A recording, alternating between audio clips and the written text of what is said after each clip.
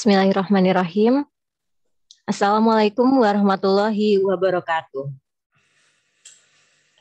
Alhamdulillahirrabbilalamin wa bihi nasta'in wa ala umuri dunya waddin. Wassalatu wassalamu ala asrofil anbiya'i wal mursalin wa ala alihi wa sahbihi ajmain amma ba'du. Wala haula wala quwata illa billahil aliyil azim. Yang terhormat Direktur Jenderal Pendidikan Islam Bapak Profesor Dr. Haji Muhammad Ali Ramdhani STPMT. Yang kami hormati Direktur GTK Madrasah Bapak Dr. Haji Muhammad Zain MAG. Yang kami hormati Koordinator Komponen 3 Kasubdit MIMTS Bapak Dr. Ainur Rafiq MAG.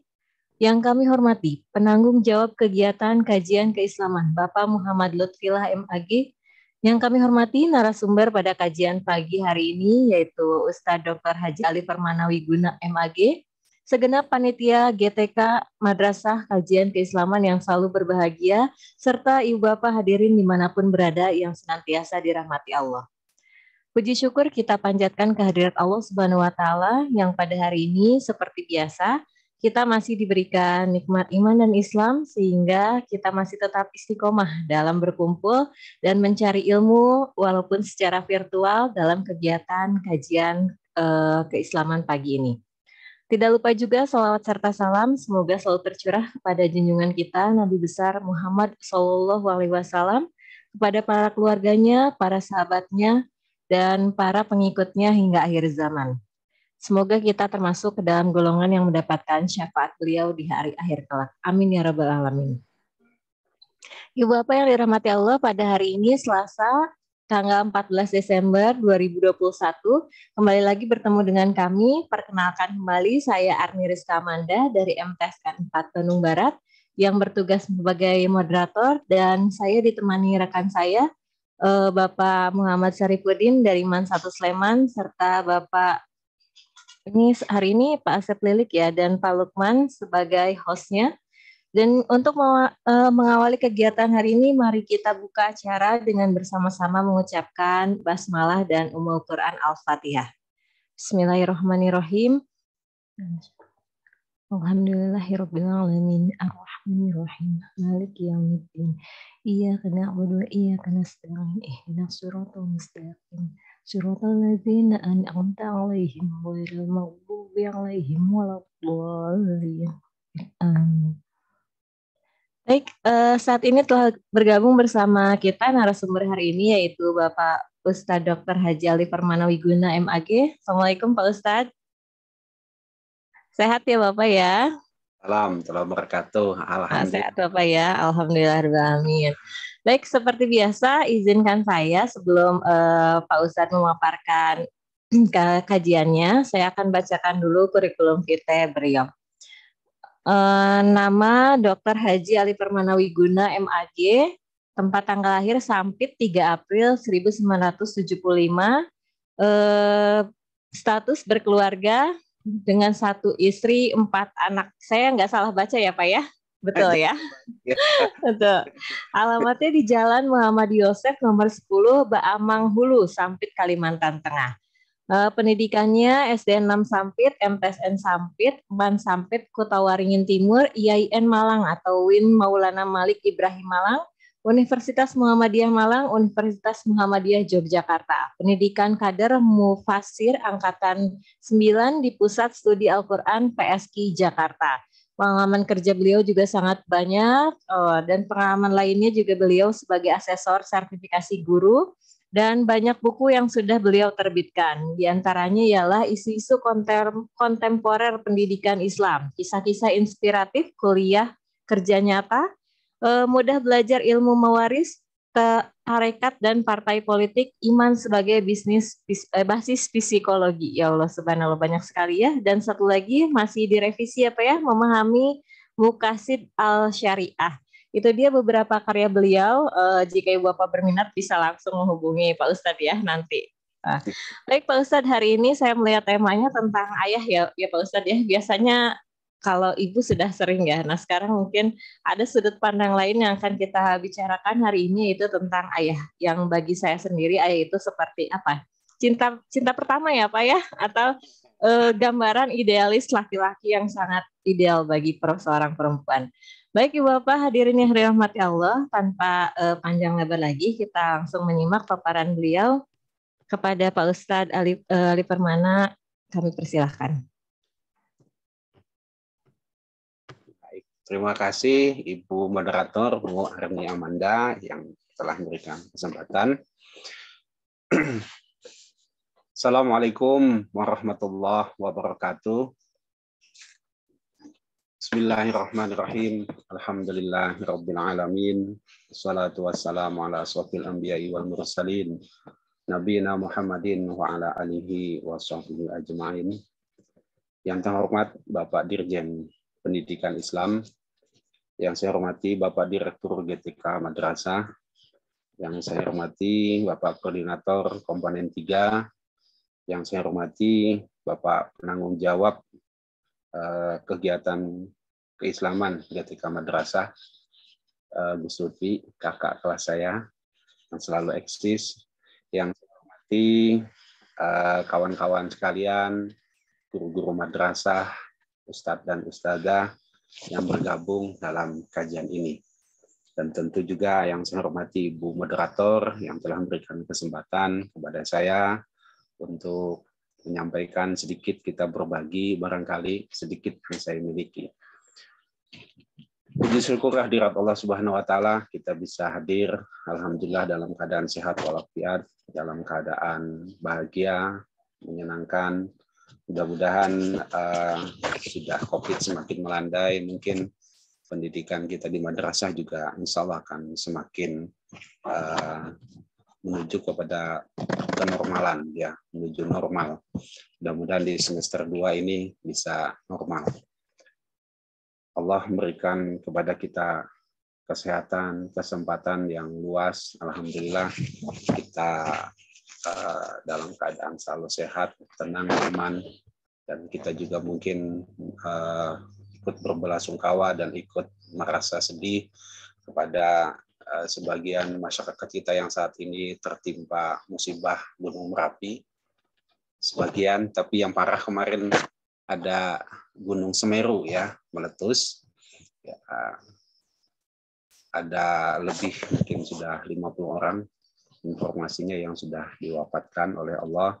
Mudah-mudahan mereka yang wafat sebagai musibah dan juga sebagai syahid, kemudian juga yang ditinggalkan juga diberikan kesabaran, ketabahan, dan harta bendanya bisa dikembalikan lagi oleh Allah Subhanahu wa taala.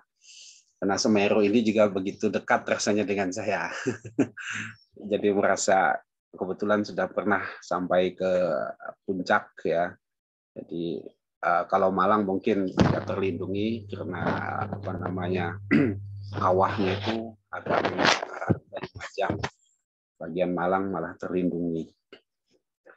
Salawat dan salam semoga senantiasa terlimpahkan kehariban junjungan kita Nabi besar Muhammad SAW kepada keluarga, kerabat, sahabat, dan orang-orang yang mengikuti beliau sampai akhir zaman. Dan semoga kita mendapatkan syafaat baginda Rasulullah SAW. Kemudian kita dalam kesempatan ini saya juga mengucapkan terima kasih atas kesempatan, kepercayaan yang diberikan. Ini kesempatan yang kedua saya diberikan oleh Gus Lutfi. Beberapa hari yang lalu saya dihubungi. Ya, alhamdulillah saya coba menyiapkan sedikit. Masuk juga sebenarnya ini beberapa materi juga bahan-bahannya sudah ada ya. Tinggal saya kontekstualkan dengan saat ini. Jadi ada hal yang pernah dulu saya tulis juga tentang ya bunaya ya, nasihat ayah kepada anaknya tersayang. Mungkin saya izin untuk share screen ya, Bu Arni ya, kawan-kawan sekalian. Silakan Bapak, silakan. Oke. Ya.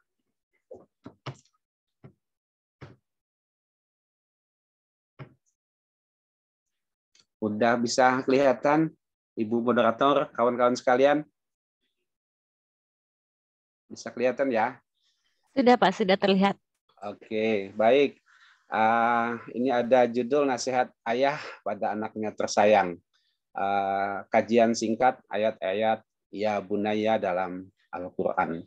Kita tahu di dalam Al-Quran itu berapa kali, ya ada 6 kali setidaknya ungkapan ya bunaya. Nah, kemudian ini selalu diawali oleh seseorang laki-laki, khususnya ayah, kepada anaknya. Kemarin saya terinspirasi, salah satunya adalah dari tesisnya Sarah binti Halil, ya. Beliau menulis dari, kalau tidak salah, Ummul Qura, ya, menulis tentang adanya dialog antara anak atau orang tua dengan anaknya yang ada 17 kali. Ada 14 kali ayah dengan anaknya, kemudian ada 2 kali kalau tidak salah, ya, ayah dengan ibu dengan anaknya, kemudian ada 1 kali yang tidak disebutkan secara jelas. Nanti kita lihat sama-sama. Nah, kenapa saya mencoba mengangkat ini? Ada keterkaitan kemarin juga Ustadz siapa itu? Kholis, ya, kalau tidak salah. Beliau mengangkat tentang kasusnya mahasiswi Universitas Brawijaya yang tewas di samping makam ayahnya. Ini Brawijaya juga biasanya tempat kami belusukan karena bertetangga sekali dengan UIN Maulana Malik Ibrahim. Di Brawijaya kami juga sering ikut kegiatan-kegiatan di kampus ini, jadi rasa dekat juga lah. Jadi ada mahasiswi di situ yang dia mengakhiri hidupnya dengan sangat tragis di samping atau di dekat makam ayahnya. Yang menjadi menarik, kenapa sih kok di atas makam ayahnya begitu? Padahal ibunya ada kan? Dan kalau kita baca-baca, ya, ibunya sangat sayang kepada dia. Kemudian ibunya juga tahu begitu berat sekali tekanan yang dia hadapi. Dia juga minta tolong, ya, banyak kepada kalau tidak salah KPAI, ya, kepada bantuan hukum, dia juga minta pertolongan. Jadi dia begitu tertekan, ya, depresi yang berat dihadapi, bahkan dia sudah mengikuti sesi terapi psikologis, ya, 2 kali dan mau masuk ke yang ketiga kalinya. Tapi begitu berat beban yang dia hadapi, kemudian kenapa sih kok dia sampai ayahnya meninggal, ya, belum 100 hari kalau tidak salah, lalu dia datang ke makam ayahnya, seakan-akan dia itu ingin menyampaikan kepada ayahnya. Seakan-akan dia itu ingin berkata kepadanya, ayah aku bagaimana, ayah tolong aku, ya, seakan-akan dia seperti itu. Jadi ada semacam sesuatu yang ingin dia dialogkan dengan ayahnya. Dia ingin sekali ketemu dengan ayahnya. Ya. Ada hal yang ingin dia sampaikan. Mungkin ayahnya, apakah sewaktu dia masih hidup, ya, bapaknya ini, ayahnya ini sudah pernah dia berbicara atau tidak, kita tidak tahu diungkapkan, ya, bahwa ayahnya tahu terhadap masalah yang dihadapi. Yang saya baca beritanya tidak disebutkan begitu. Yang ibunya saja yang menceritakan bahwa ibunya yang tahu masalah dia. Apakah ayahnya tidak tahu? Kemudian yang menarik memang dia meninggalnya di atas makam ayahnya, seakan-akan dia ingin berbicara kepada ayahnya. Dia ingin berdialog dengan ayahnya. Kenapa dia tidak berdialog dengan ibunya? Itu jadi pertanyaan juga.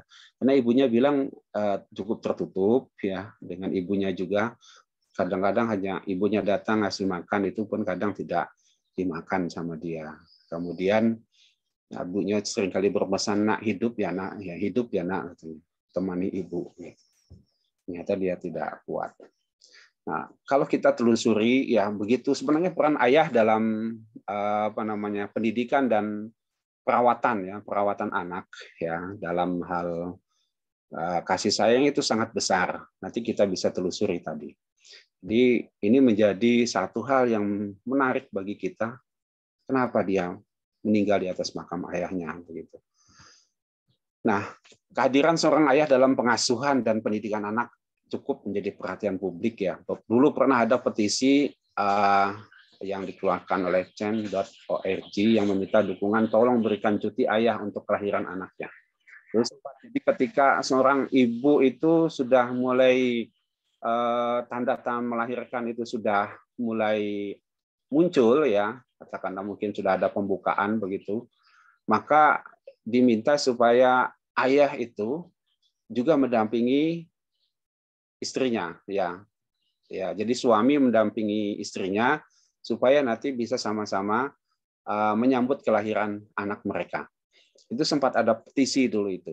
Nah, supaya ayah itu diberi cuti kerja. Kan tidak jarang kadang-kadang ayah tidak tahu proses persalinan istrinya ya. Jadi seorang istri, ayahnya, suaminya masih di tempat kerjanya, tidak bisa diberi izin atau tidak diberi cuti begitu.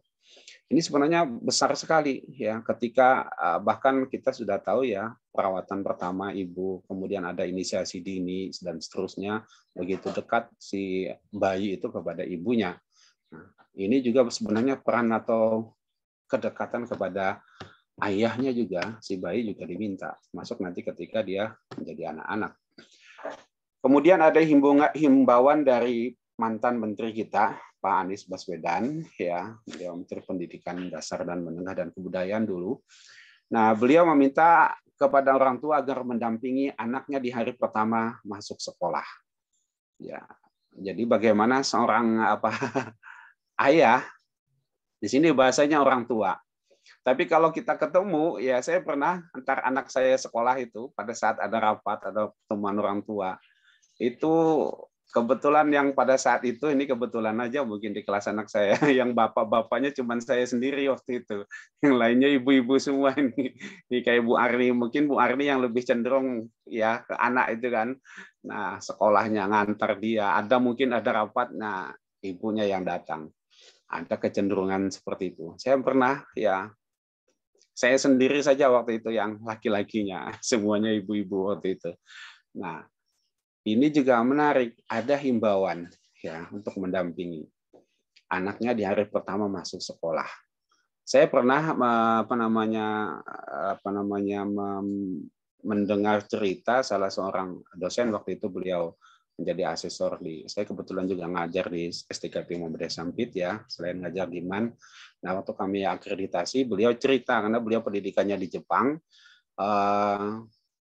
Ketika anak beliau pertama masuk sekolah, ya, beliau itu tidak bekerja. Bapak-bapak di sana memang di Jepang itu disilahkan si ayahnya itu untuk mengantar anaknya ke sekolah.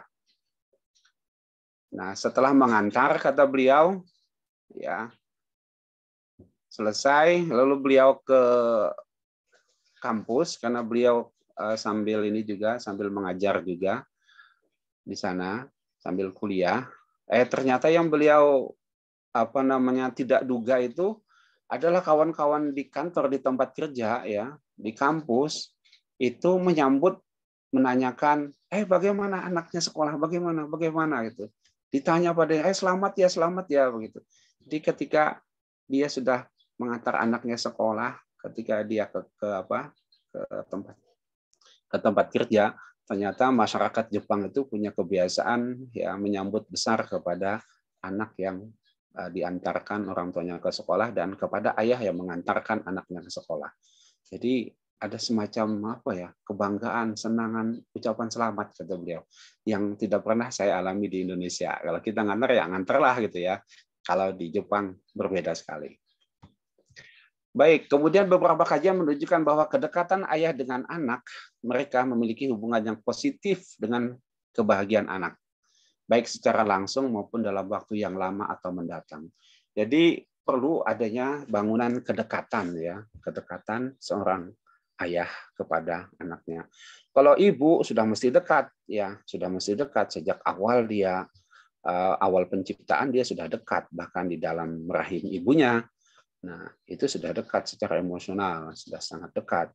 Tetapi ternyata kedekatan ayah itu sangat memiliki hubungan yang positif, ya, kebahagiaan anak, kerjasama, IQ, nanti banyak sekali yang akan tumbuh ketika anak itu bisa terjalin hubungan baik dengan ayahnya. Oke. Nah, ini yang tadi saya sampaikan adalah penelitian Sarah binti Khalil.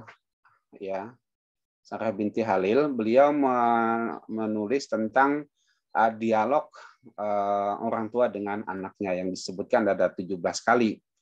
14 kali ternyata dalam penelitian beliau adalah dialog ayah dengan anaknya di dalam Al-Quran. Dan dialog antara ibu dengan anaknya hanya 2 kali. Dan dialog antara kedua orang tua tanpa nama dengan anaknya itu ada 1 kali. Nah, ini menarik ini.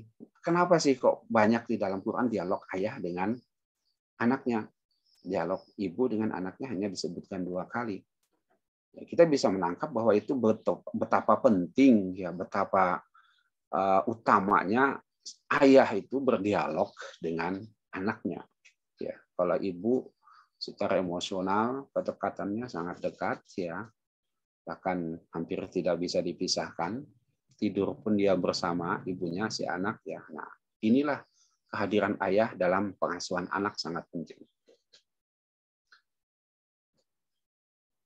Nah, sehingga sang ayah harus banyak berdialog dan berinteraksi dengan anaknya. Ini tuntutannya jadinya. Tapi bukan berarti juga lalu kita abaikan ibunya. Ibunya dialog juga bagus. Tapi kalau kita lihat kasusnya tadi, Widya tadi, ya mahasiswi Brawijaya tadi, sepertinya dia kita lihat dengan ibunya pun, dia sedikit tertutup, dia tidak banyak berbicara dengan ibunya, tidak banyak dialog dia. Nah, sehingga dia ingin berdialog dengan ayahnya dan ingin bersama ayahnya. Nah, ada berdasarkan kajian di atas, hemat penulis penting bagi para ayah untuk senantiasa dekat, berdialog dan memberi nasihat dengan anak-anaknya.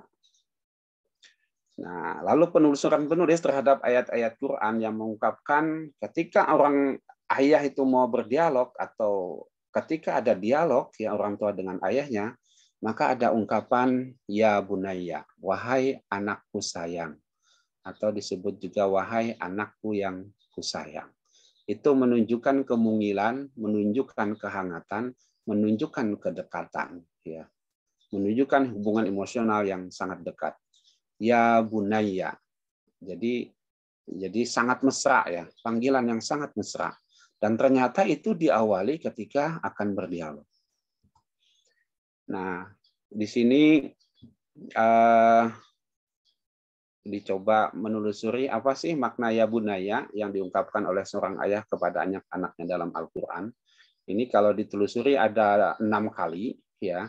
Dan ternyata ungkapan ya bunaya itu semuanya diungkapkan ayah kepada anaknya. Tidak ada satupun ungkapan ya bunaya ini yang diungkapkan oleh ibunya. Sepanjang yang saya telusuri, mungkin kawan-kawan nanti bisa juga menelusurinya, ya. Mungkin apakah bisa mungkin ada gitu. Kebetulan saya coba menulisnya lewat Mu'jamul Mufahros di Al-Fazil Quran, ya, karya Muhammad Fuad Abdul Baki. Itu saya telusuri dari Mu'jam itu. Ya bunaya ada 6 kali dan ternyata semuanya ungkapan itu dikatakan atau disampaikan oleh ayah kepada anaknya. Tidak ada pun yang diungkapkan oleh ibu, ya. Nah, kalau ibu mungkin sudah betul mesra nih, sudah dekat gitu, ya. Tidak terungkapkan lagi. Si anak pun bahkan bisa merasakan kasih sayang ibu meskipun tidak diucapkan, ya. Anak sudah dapat menangkap itu. Makanya si ayah diminta atau dicontohkan oleh Quran mengungkapkan dengan ya bunaya, wahai anakku yang kusayang, wahai anakku yang tersayang, bisa. Jadi bukan hanya wahai anakku, ya, tapi wahai anakku yang kusayang. Ada kedekatan, ada keintiman, ada kemesraan, ada kemungilan istilahnya. Nah, ayat-ayat dikumpulkan dalam ayat yang mengungkapkan kata ya bunaya ini sebanyak 6 kali, yakni surah Hud, ya, ayat 42, Yusuf ayat 5, Luqman ayat 13, 16 dan 17, kemudian surah As-Saffat ayat 102. Yang kesemuanya adalah merupakan ayat-ayat Makkiyah. Jadi pada periode Makkah atau sebelum hijrah, ya, ayat-ayat ini diungkapkan. Nah, ini salah satu contohnya, ya. A'udzubillahi minasyaitonir rajim wa hiya tajri bihim fi mawjin kal jibali wa nada nuhu banahu wa kana fi ma'zilin ya bunayya kam ma'ana wa la takum ma'al kafirin.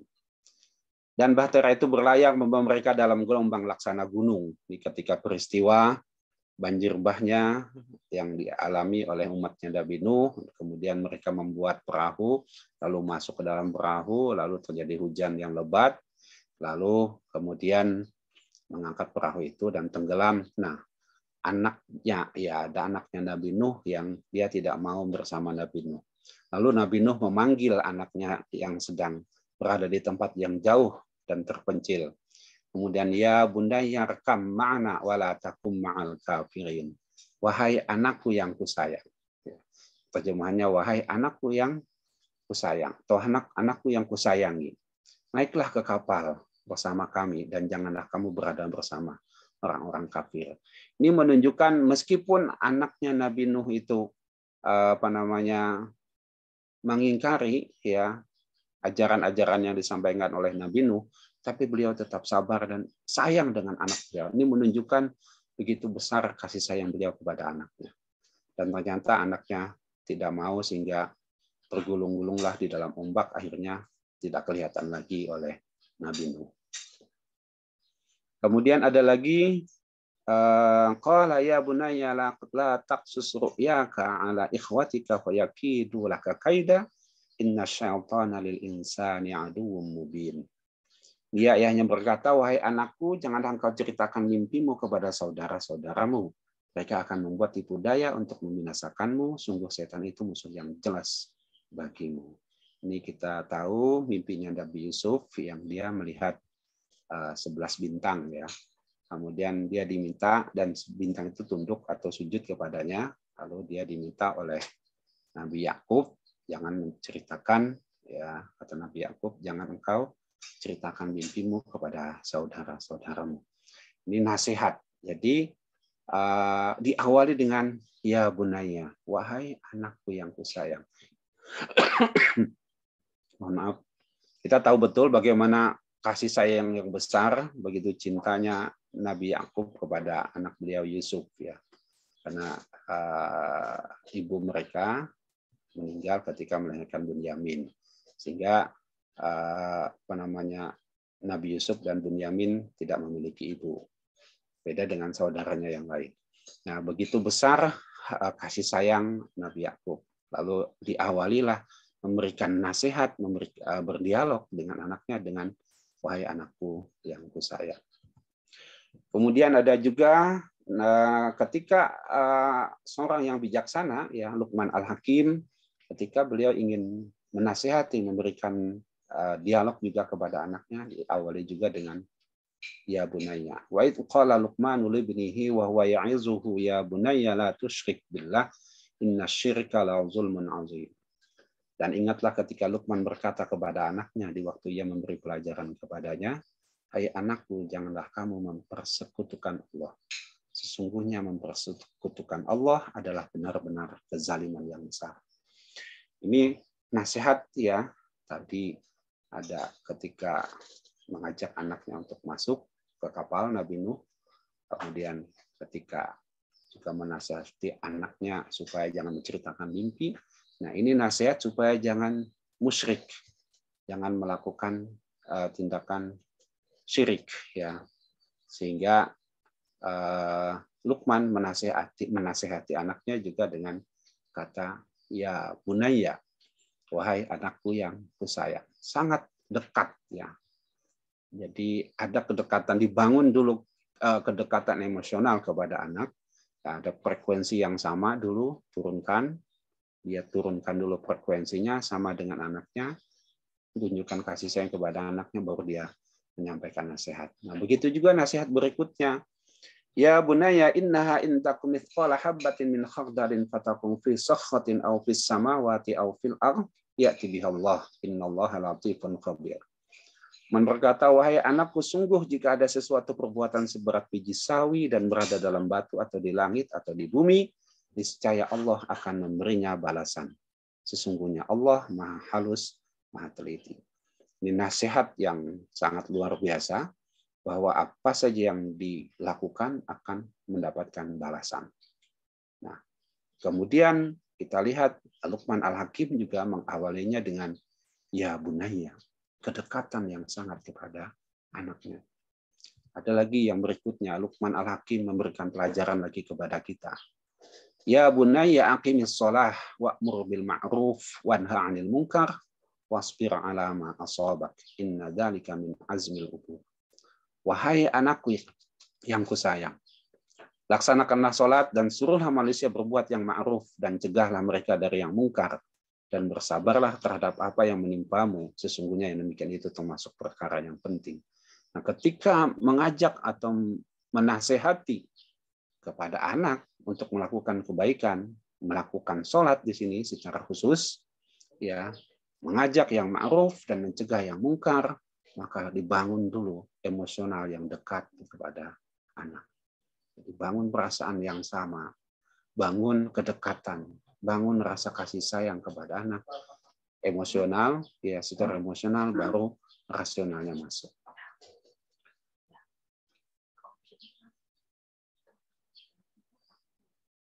Ya. Baik, kemudian yang terakhir, ya, ini kita melihat lagi bagaimana dialog yang sangat indah, ya, Nabi Ibrahim dengan anak beliau Nabi Ismail. A'udzubillahi minasyaitonirrajim. Falamma balagha ma'ahu as-sa'ya qala ya bunayya inni ara fil manam anni adbahuka fanzur madza tara. Qala ya abati fa'al ma tu'maru satajiduni insyaallahu minas sabirin. Nah, ketika anak itu sampai pada umur sanggup berusaha bersamanya. Jadi anak maksudnya adalah Nabi Ismail. Ibrahim berkata, wahai anakku yang kusayang, ya bunayya, inni arafil manam. Sesungguhnya aku melihat di dalam mimpi. Ya. Adbahuka. Bahasa yang lainnya melihat di dalam tidur, ya. Jadi aku bermimpi. Bahasa Qur'annya adalah melihat di dalam tidur. Jadi aku bermimpi bahwa aku menyembelihmu. Adbahuka. Lalu beliau lanjutkan dengan apa? Fangzur madza taro. Maka berpikirlah atau pikirkanlah bagaimana pendapatmu. Ini dialog yang sangat luar biasa. Jadi bukannya Nabi Ibrahim itu langsung saja melakukan penyembelihan itu, ya, sini sembelih begitu aja, tidak. Tapi beliau panggil dulu dengan ya bunaya, wahai anakku yang kusayang. Ini begitu dekat, ya, begitu mesranya hubungan ini.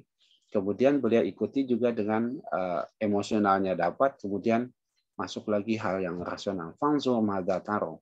Bagaimana pendapatmu tentang hal ini, ya. Kemudian Nabi Ismail menjawab, qala ya abati fa'al ma tu'maru satajiduni insyaallahu minas sabirin.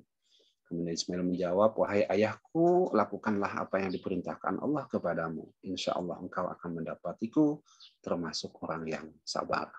Ini setidaknya ada 6 ini di dalam Quran. Ya, bagaimana seorang ayah membangun dialog dengan anaknya, membangun kedekatan dengan anak-anaknya, kemudian diawali dengan panggilan yang sangat mesra, panggilan yang sangat hangat, panggilan kemumilan, panggilan yang sangat dekat, panggilan yang sangat sayang kepada anaknya.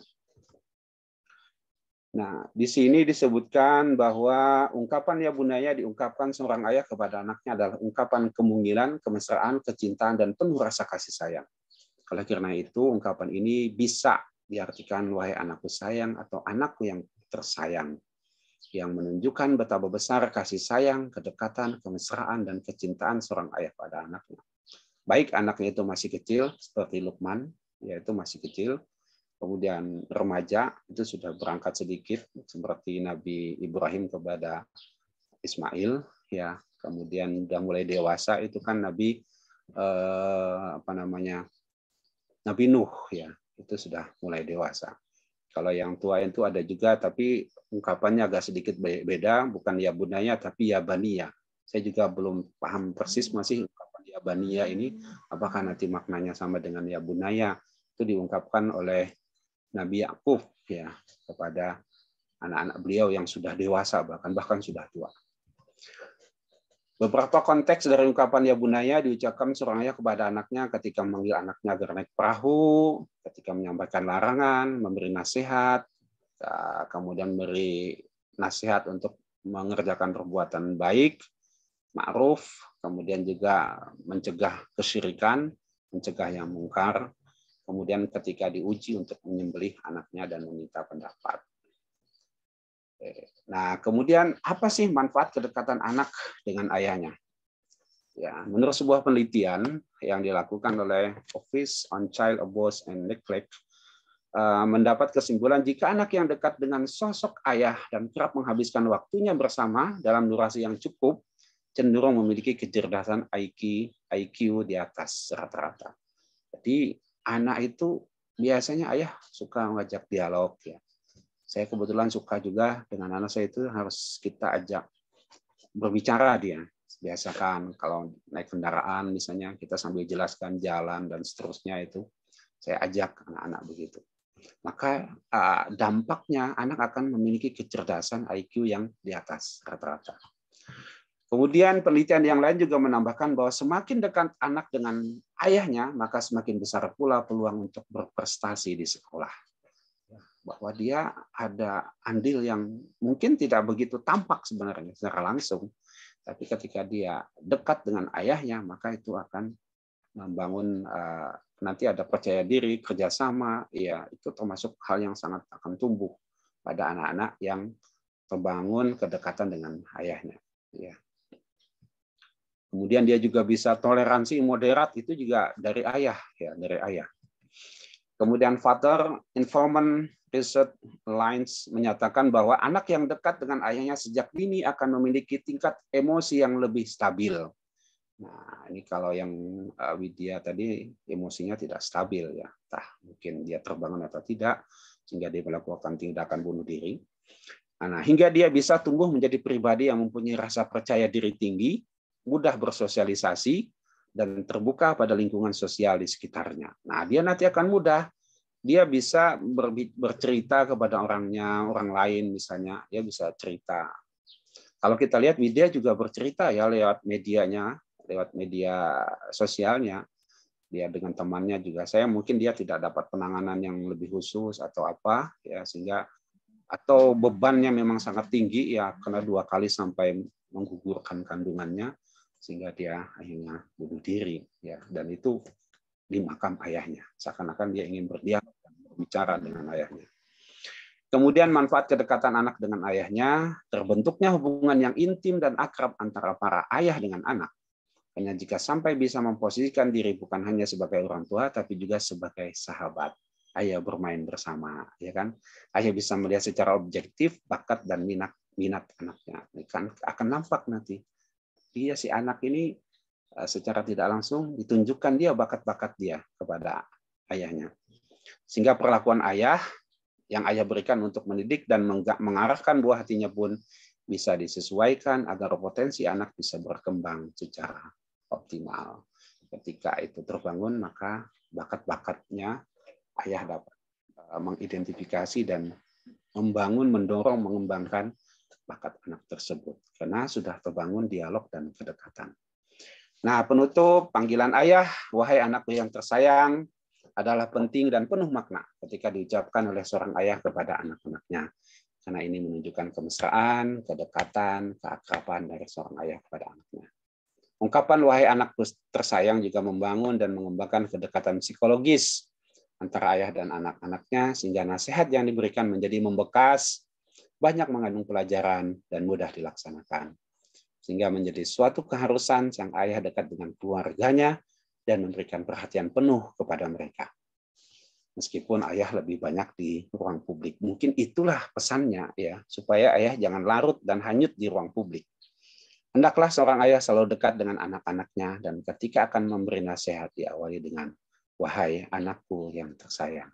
Dan ini juga bukan berarti bahwa ibu sama sekali tidak. Ini sudah karena ibu sudah begitu dekat ya, mungkin hampir 10 tahun pertama bahkan 15 tahun pertama ibu selalu bersama anaknya. ini maka ayah yang dituntut, diminta untuk dekat dengan anak-anaknya.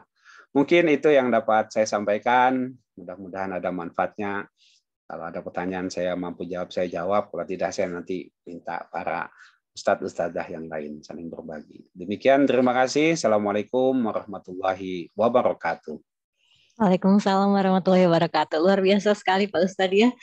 Tadi di akhir kalimatnya Pak Ustadz bilang karena mungkin kasih sayang seorang ayah itu jarang kelihatan seperti ibu. Mungkin kalau ini dilihat dari waktu Pak Ustadz ya. Maksudnya karena kalau anak itu hampir kebanyakan waktunya bersama ibu gitu. Sedangkan ayah itu dia punya peran bekerja di luar gitu. Tapi ketika seorang ayah itu memanfaatkan waktu yang sedikit tapi berkualitas, kita sebutnya quality time gitu ya, dia bisa membentuk bonding yang kuat antara ayah dengan anak, itu akan memberikan banyak manfaat. Tadi terutama saya garis bawahi kayak kecerdasan pada anak yang mungkin dia lebih kayak tereksplor atau seperti apa gitu ya. Seperti, dan alhamdulillah Pak Ustadz, saya termasuk seperti anak Pak Ustadz gitu, yang waktu pas rapat itu ayah saya yang nganter, papa saya gitu ya yang nganter, dan itu bagi saya menjadi kesan tersendiri di antara ibu-ibu lain yang mengambil rapotnya, sedangkan papa saya menyempatkan diri untuk mengambil rapot saya gitu. Dan bagi saya seorang anak perempuan, tadi ayah saya itu, papa saya itu kayak lelaki impian gitu ya, sosoknya tuh lelaki impian banget, yang melindungi, yang tidak pernah mengecewakan anaknya gitu ya, dan berusaha memberikan kasih sayang. Mungkin itu juga dirasakan anak-anak yang lainnya gitu. Walaupun saya sampai besar ini, bahkan ada satu yang hal fenomenal gitu. Waktu saya kuliah, ini sedikit berbagi ya tentang ayah Pak Ustadz, nggak apa-apa ya, sambil menunggu yang raise hand. Kuliah tingkat 1 itu saya masih dijemput sama bapak saya Pak Ustadz, dan semua teman-teman saya bilang, ih gila ya nih, kamu sukanya itu orang-orang tua, katanya cowok-cowok tua. Bukan, itu papa saya yang jemput. Jadi mereka mengira itu pacar saya yang sudah berumur, katanya seperti itu. Baik Pak Ustadz, di sini sudah ada orang yang raise hand. Kita buka sesi tanya jawab ya Pak Ustadz. Silakan pada Pak Gus Lutfi yang sudah raise hand terlebih dahulu untuk bertanya langsung kepada Pak Ustadz Ali Firmana.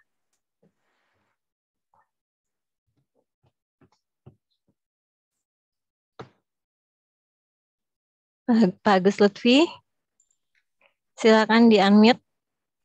Assalamualaikum warahmatullahi wabarakatuh. Waalaikumsalam warahmatullahi wabarakatuh. Luar biasa. Jadi Mas Alif ini selalu bersama-sama dengan saya 3 tahun di IAIN Sunan Ampel Malang ngopeni Palang Merah Indonesia. Jadi saya mantan ketua KSR awal, Mas Alif setelah saya. Jadi kita sudah lama bertemu, tapi berpisah ketika saya wisuda 96, sudah nggak pernah ketemu sama sekali. Sekarang bertemu lagi. Alhamdulillah ya. Sekali. Tema kita malam hari ini, saya jadi teringat pagi Pak Agus pagi. Ya, saya jadi teringat abah saya almarhum, itu luar biasa, sosok yang sangat luar biasa. Beliau pegawai negeri sendirian, ibu saya itu petani, ibu rumah tangga, tapi abah saya bisa menuntaskan 7 putra putrinya menjadi sarjana dan kuliah di negeri semua. Dan alhamdulillah abah saya sendiri juga sosok yang luar biasa. Beliau 29 tahun menjadi kepala madrasah, itu 29 tahun lamanya. Sampai jadi kepala MAN 2 Lamongan, saya masih di situ. Jadi saya jadi guru MAN sudah 25 tahun di MAN 2 Lamongan, di kepala sekolah bapaknya sendiri. Sampai ini kepala sekolah ke-6. Saya masih berada di situ. Dan yang saya nggak bisa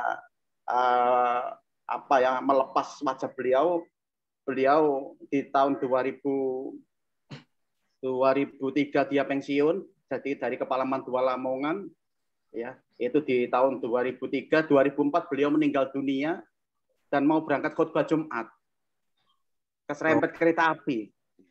Abah saya meninggal di TKP, sehingga kajian pagi hari ini betul-betul saya sangat tersentuh hati saya. Memang sosok ayah itu luar biasa, sehingga sampai banyak lagu-lagu berbicara tentang ayah. Misalnya saya lirik sedikit aja.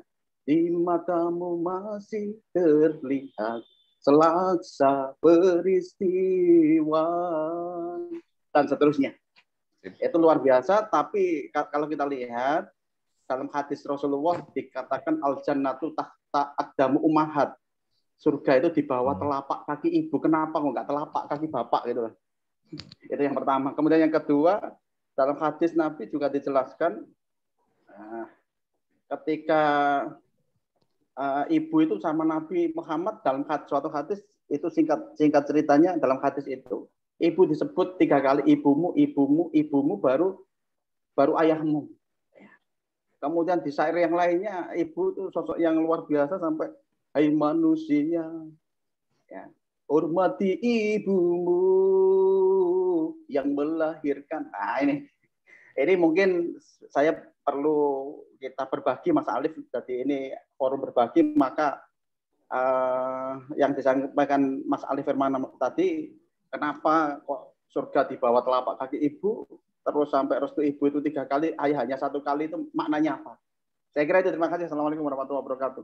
Waalaikumsalam. Waalaikumsalam warahmatullahi wabarakatuh. Cukup clear ya Pak Ustadz ya. Tadi kenapa surga itu tidak di telapak kaki ayah, malah di telapak kaki ibu katanya ya. Baik Pak Ustadz, silakan Pak Ustadz. Ya, sebenarnya nih kalau mau menanyakannya secara ya itu adalah kepada, kalau kita melihat model hermeneutik ya, tanyakan kepada yang mengeluarkan statement itu ya, kepada baginda Rasulullah, karena beliau yang mengatakan al jannatu tahta aqdamil ummahat. Jadi beliau mungkin kita hanya mencoba saja gitu ya. Ya Ustadz ya, Gus ya, Bu Arni, kawan-kawan sekalian, termasuk juga yang Nabi mengatakan ya ummuka itu ya, abuka. Jadi ada 3 kali ibu lalu 1 kali bapak.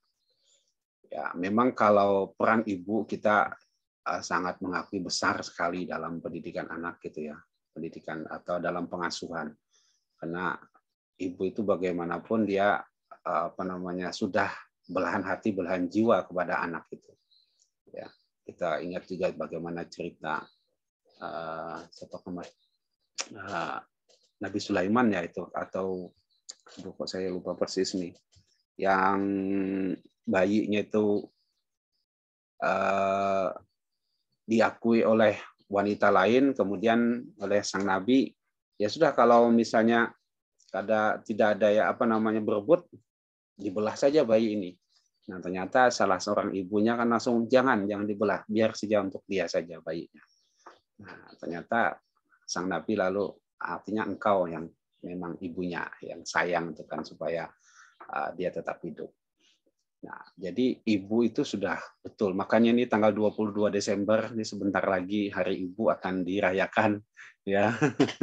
Ini kebetulan saya ini juga disuruh ada ibu gabungan organisasi wanita disuruh baca doa, ini nanti ada upacara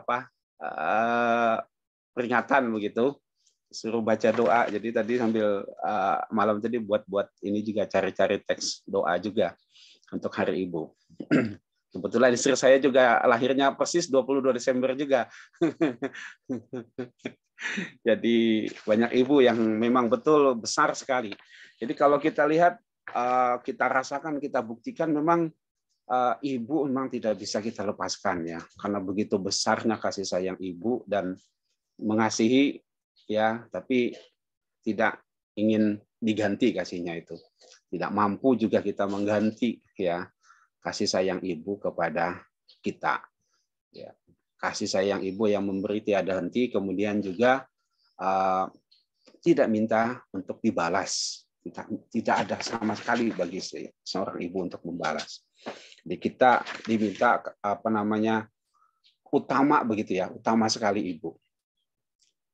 Termasuk juga tadi bagaimana berbakti kepada ibu itu penting sekali, karena memang ibu yang merasakan bagaimana wahnan ala wahnin ya, semakin hari semakin berat. Wa wasainal insana biwalidayhi hamalatu ummuhu wahnan ala wahnin. Nah itu kan terus bertambah. Ini Bu Arni ini yang paham betul ini kan. Nah bagaimana susahnya seorang ibu ketika mengandung anaknya. Semakin hari semakin bertambah. Sudah nanti ditiupkan di dalam, bisa main basket, main badminton segala kan di dalam perut itu.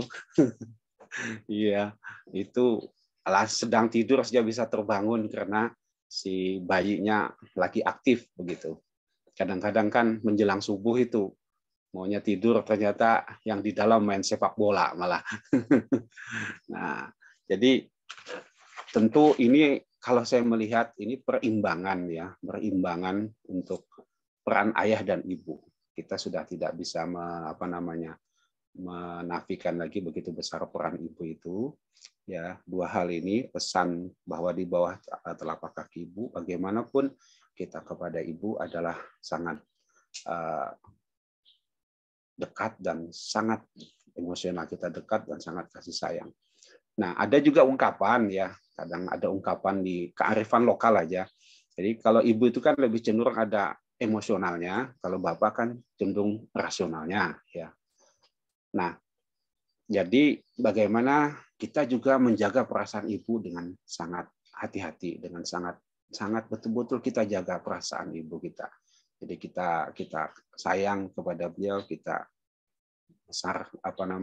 kita dibesarkan beliau dengan sampai saat ini, maka kita jaga betul juga perasaan beliau, karena tadi emosionalnya lebih dominan. Nah, jadi kita bagaimana menjaga, karena nanti akibatnya dampak doa ibu itu kan untuk yang negatif, banyak kasus kan kita lihat ya, seperti maling kundang, doa ibu itu ketika ke hal yang negatif. Kalau di tempat kami ini ada ungkapan, kalau ibu itu sampai mengatakan hal yang negatif kepada anaknya, maka mudah sekali terjadi. Sebaliknya bapak kalau mendoakan kepada yang baik, mudah sekali terjadi. Jadi berimbang di sini, menjaga ibu supaya jangan sampai mengungkapkan hal yang negatif kepada anak, kemudian menjaga dengan bapak supaya bapak mendoakan yang baik kepada anak. Akhirnya kita bahagia, sukses dunia dan lahir batin, dunia akhirat. Nah, jadi saya kira ayat-ayat tadi itu adalah perimbangan peran bapak dan peran ibu. Itu mungkin, Gus. Baik, seperti itu ya Pak Ustadz. Nah mungkin nanti kan ada perimbangannya katanya. Kok di kaki ibu? Kan nanti surganya istri ada di kaki suami katanya Pak. Mungkin itu perimbangannya. Jadi semacam circle. Intinya mungkin harus saling menghormati mungkin gitu ya. Atau menurut lah istilahnya kayak gitu Pak Ustadz ya. Pak Ustadz di sini masih ada lagi yang bertanya. Wah di kolom chat juga penuh ya. Kita rally, saya bukakan dulu pertanyaan dari Pak Syarif dan Bu Charlie gitu ya, langsung saja. Silakan Pak Syarif untuk, oke, baru muncul dia ya. Silakan Pak Syarif. Assalamualaikum Pak Ali Farmana. Waalaikumsalam. Ngapunten nggih. Agak pilek. Menarik Pak Lutfi pertanyaannya. Tapi ini bukan hukum fisika ya. Nanti ada pertanyaan turunan soalnya. Oh, jangan banyak-banyak, satu aja. Ya, cuma dua dan mohon maaf kalau nggak bermutu gitu ya. Tapi ini kemungkinan ditunggu-tunggu ibu-ibu dan bapak-bapak gitu ya.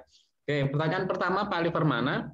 Tadi Bu Arni kan curhat bahwa ayah itu kan ideal. Nah, menurut Pak Ali Farmana, seperti apa sih ayah yang ideal? Oke ya. Nah, pertanyaan turunannya dari ideal tadi, yaitu pertanyaan kedua yaitu gini. Kalau suami itu punya istri dua, apakah masih ideal si bapak itu gitu menurut anak-anaknya? Karena yang sering terjadi ketika anaknya itu bapaknya itu nikah lagi itu semacam ada kebencian di seorang anak itu. Nah, apakah keidealan seorang ayah itu ketika bapaknya nikah lagi itu masih ideal atau enggak? Ya, itu dua ya Pak ya pertanyaannya. Ini curhat atau Pak berikan nasihat pada saya, nggak kayak gitu kan Pak Syarif ya? Enggak, ini kan tadi kan saya nanya ya, ini bukan hukum fisika, ini hukum pertanyaan utama dan pertanyaan turunan. Terima kasih. Assalamualaikum. Ya, baik, terima kasih Pak Syarif. Pak, ini saya dua pertanyaan langsung ya Pak ya, nanti biar langsung dijawab. Silakan Bu Yeli untuk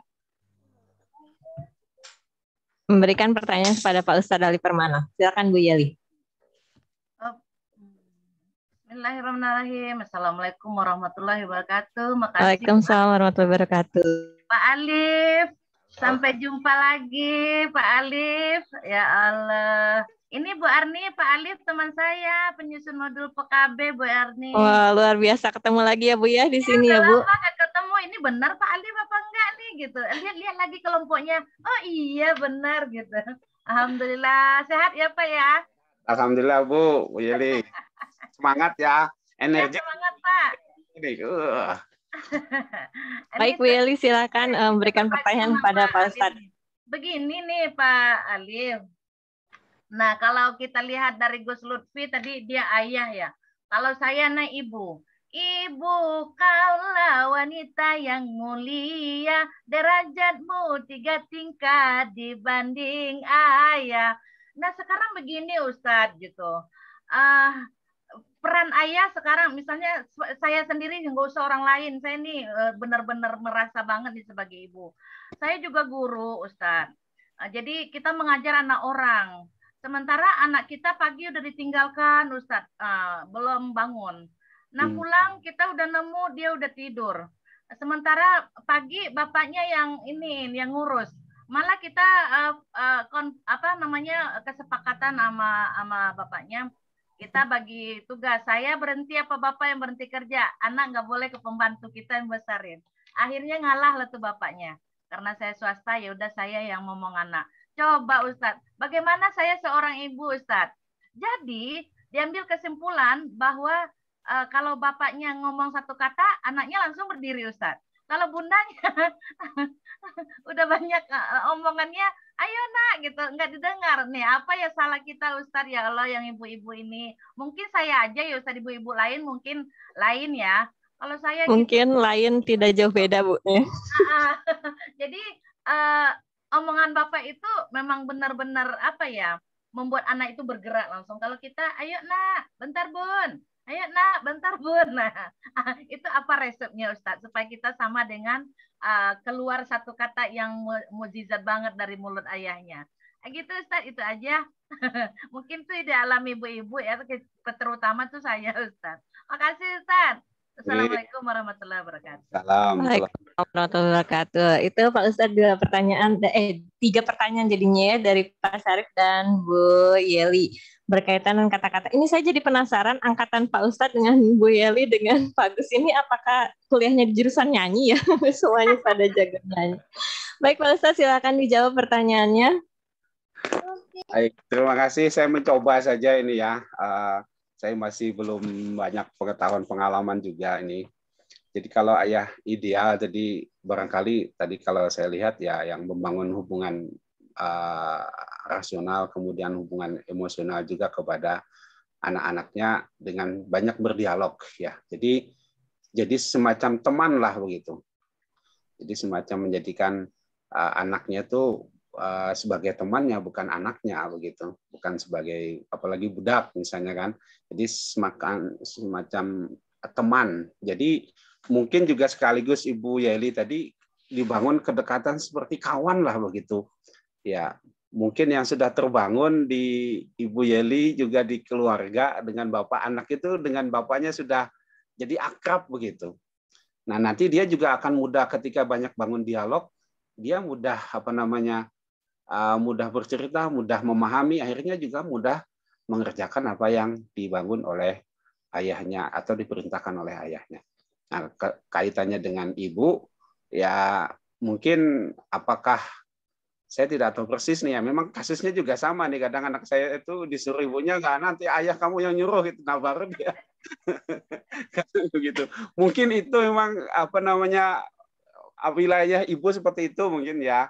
Jadi memang harus karena dia merasa sangat dekat. Itu mungkin sebenarnya dia bukan nggak mau, tapi dia merasa dekat sekali dengan ibu begitu. Dia merasa gampang aja ya. Bentar bun, gitu. 10 kali bentar bun aja. Iya. Kadang anak saya juga kadang milih diantar ibunya daripada diantar saya itu. Iya, dia lebih dekat lah begitu. Menurut saya itu menunjukkan sebenarnya dia dekat dengan ibunya begitu. Nah, kembali ke yang tadi ayah ideal. Jadi kalau saya mungkin dari tadi banyak membangun dialog ya dengan anaknya. Jadi tadi termasuk Ibu Arni tadi ya, kemudian bisa membangun quality time kepada anak-anaknya. Nah, yang tadi ini bagaimana dengan ketika si ayah punya 2 istri begitu. Masihkah disebut ideal? Nah, ini memang berat ini kalau menurut pengalaman, bukan pengalaman ya, saya kebetulan pengalaman ayah saya tidak punya istri 2 begitu. Tapi melihat beberapa kasus memang sulit ya itu. entah kalau misalnya si istri kedua ayah itu memang betul-betul disenangi oleh anak-anaknya gitu ya. Tapi kadang-kadang juga sulit juga, ya sulit juga. Ini memang apa semacam ada luka karena si anak itu nanti dia akan semacam membalaskan dendam sakit hati ibunya kepada ayah atau kepada istri kedua bapaknya. Kan kalau dulu apa ada istilah kalau kita belajar dulu, ada istilahnya kalau si ayah itu nanti merebut kasih sayang atau membagi kasih sayang atau mengambil kasih sayang itu dia si anak bisa benci kepada ayahnya itu. Ya, saya kira memang ini agak pelik pilihan ini. Kalau misalnya memilih mau punya istri dua ya betul-betul didialogkan dulu kalau begitu dengan anaknya gitu kan. Ya, kalau bisa pilihan anaknya gitu aja.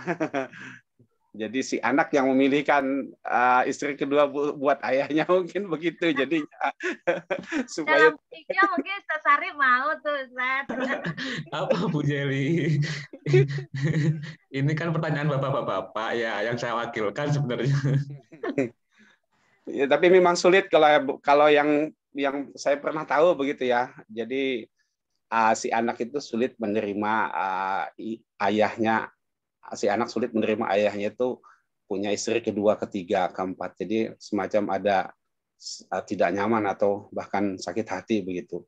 Entah mungkin ada kasus yang bisa si anak itu betul-betul nyaman dengan istri kedua. Ya, mungkin kecuali mungkin sudah bercerai, mungkin jadi beda ya karena mungkin ibunya melakukan sesuatu yang tidak tepat.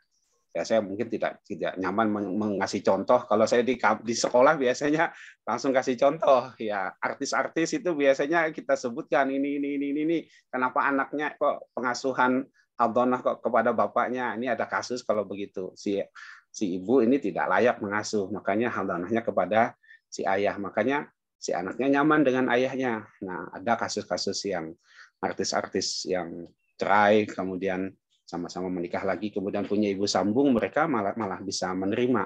Ya katakanlah seperti Asanti dan Anang kan kayaknya anak-anaknya Anang mudah dengan Asanti karena ada hal sebelumnya. Mungkin itu. Baik Pak Ustadz, seperti itu tadi ya. Mudah-mudahan bukan minta nasihat ya Pak Sarif ya. Baik. Bapak mungkin ini mengingat waktu, tapi ada dua pertanyaan penting sebelum sekalian nanti memberikan closing statement ya Pak ya. Ini di kolom chat ada Pak Ustadz Juliaris yang bertanya katanya ya Bunaya tadi ditujukan kepada panggilan ini ya. Jadi bagaimana panggilan seorang ibu kepada anaknya? Kalau tadi kan ya Bunaya itu dari ayah ke anaknya gitu ya Pak Ustadz ya. Nah ini bagaimana kalau panggilan ibu kepada anaknya? Yang berikutnya ya Bunaya itu ditujukan kepada anak laki-laki. Bagaimana dengan panggilan kepada anak perempuan seperti itu? Dan dari Bu Eka Rupaidah dari Mandua Bandung, beliau bertanya bagaimana untuk membalas budi orang tua ketika keduanya sudah meninggal dunia. Seperti itu Pak Ustadz. Mungkin pertanyaan terakhir, sekalian nanti memberikan closing statement-nya langsung saja Pak Ustadz. Oke, baik. Saya mau mencoba juga ini ya, menjawab ini. Mudah nanti bisa sharing juga kawan-kawan dari Ustadz Juliaris tadi tentang panggilan ayah kepada anaknya dengan sebutan ya Bunaya, kemudian bagaimana panggilan ibu kepada anaknya. Kalau kita tadi melihat, karena ini tadi saya berdasarkan penelusuran ayat-ayat di dalam Al-Quran, ya, saya hanya terinspirasi ketika membaca ringkasan tesisnya Sarah binti Halil itu, akhirnya muncul pikiran bahwa bagaimana panggilan. Ternyata setelah ditelusuri ayat-ayat ya Bunaya, itu ternyata memang dilakukan oleh ayah kepada anaknya, tidak ada satupun yang diucapkan oleh ibu. Nah, mungkin ini perlu juga jadi ide juga, mungkin kita telusuri lagi, mungkin ada ungkapan atau ada gaya komunikasi apa yang dilakukan oleh ibu kepada anaknya. Itu menarik, misalnya saya kemarin masih ingat, ini dulu ada paper saya ya sebenarnya, pernah saya sajikan di UGM waktu itu, ada International Conference, kebetulan ada ibu-ibu dari Sudan itu menanggapi. Jadi saya ingat jadinya ini bagaimana misalnya kata beliau, ini komunikasi ayah dengan anak. Bagaimana komunikasi misalnya, betul nih tadi ibu dengan anak, misalnya komunikasi antara ibunya Nabi Musa dengan kakaknya Nabi Musa. Itu diawali apa? Nah, saya belum sempat menelusuri lagi itu. Mungkin kita bisa telusuri nanti ayat-ayat yang apa kata pembuka gitu ya, panggilan tadi itu. Ini saya belum bisa jawab Ustadz untuk ini, karena yang saya dapatkan untuk ya bunaya hanya untuk ayah kepada anaknya. Kemudian betul juga ternyata anak-anak yang dipanggil itu adalah anak-anak laki-laki ya, anak-anak laki-laki. Ini setahu saya jadi misalnya Nabi Ibrahim kepada Nabi Ismail itu kan, kemudian Nabi Yakub kepada Nabi Yusuf ya, kemudian Nabi Luqman kepada anaknya laki-laki juga itu. Nah, apakah ya ayuhal banat misalnya lah, apakah ada? Ini menarik juga, nanti kita cari harfun nida, panggilan-panggilan ayah. Ini saya belum bisa jawab kalau apa namanya yang ini tadi, yang kepada panggilan anak tadi ya Pak ya, yang kepada anak perempuan ya, dan ibu kepada anaknya gitu ya Pak ya, Pak Ustadz ya. Yang terakhir ini bagaimana kita berbakti ya, kalau tidak salah. Iya, berbakti pada orang tua yang keduanya sudah meninggal dunia Pak Ustadz. Nah, kalau saya pernah mengetahui ya, kita mendoakan beliau ya setiap kesempatan. Kemudian juga boleh kita misalnya bersedekah dengan mengatasnamakan beliau. Ya, bisa juga dengan cara itu kita bersedekah dengan atas nama beliau. Itu mungkin cara yang sederhana yang bisa kita lakukan. Terus selalu mendoakan beliau dalam setiap kesempatan. Mungkin itu sebagai closing statement. Mari kita sebagai orang tua, sebagai guru juga, kita bangun kedekatan emosional kita dengan panggilan-panggilan yang mesra kepada anak kita, juga kepada siswa-siswi kita. Asal jangan perbuatan mesra ya, panggilan. Itu beda ya Pak Ustadz ya. Ini nanti bisa terjemahnya bisa kemana-mana, karena saat ini kan lagi banyak yang rawan. Ya, betul-betul. Ya, jadi kita bangun kedekatan yang baik ya.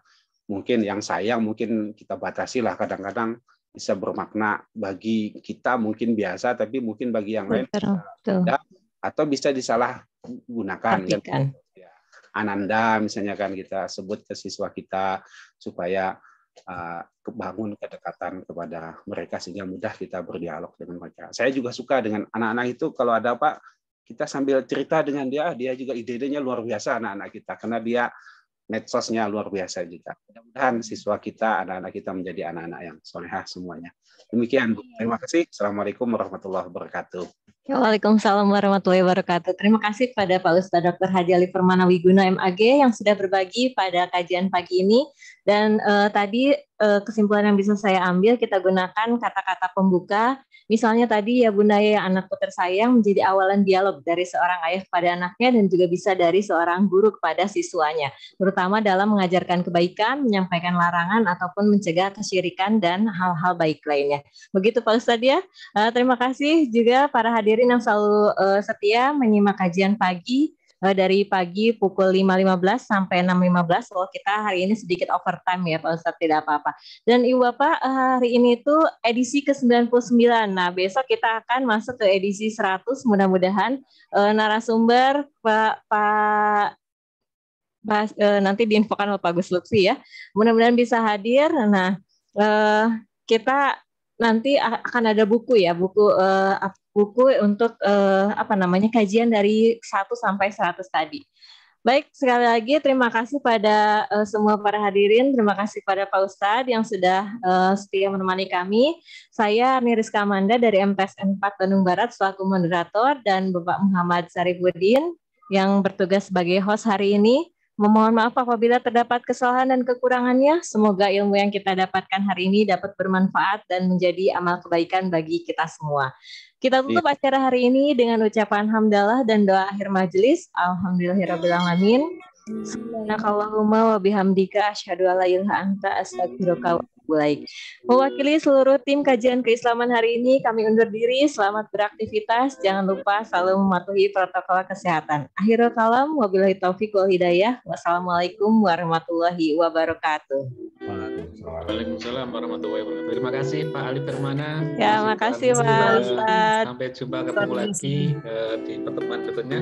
Pak Juliaris, ada pantun kah? Ustaz Juliari sudah saya bacakan ya. Angkat dari 3 itu berarti sudah nggak ada pantun, sudah menyerah. Kita tunggu ya Pak Juliaris.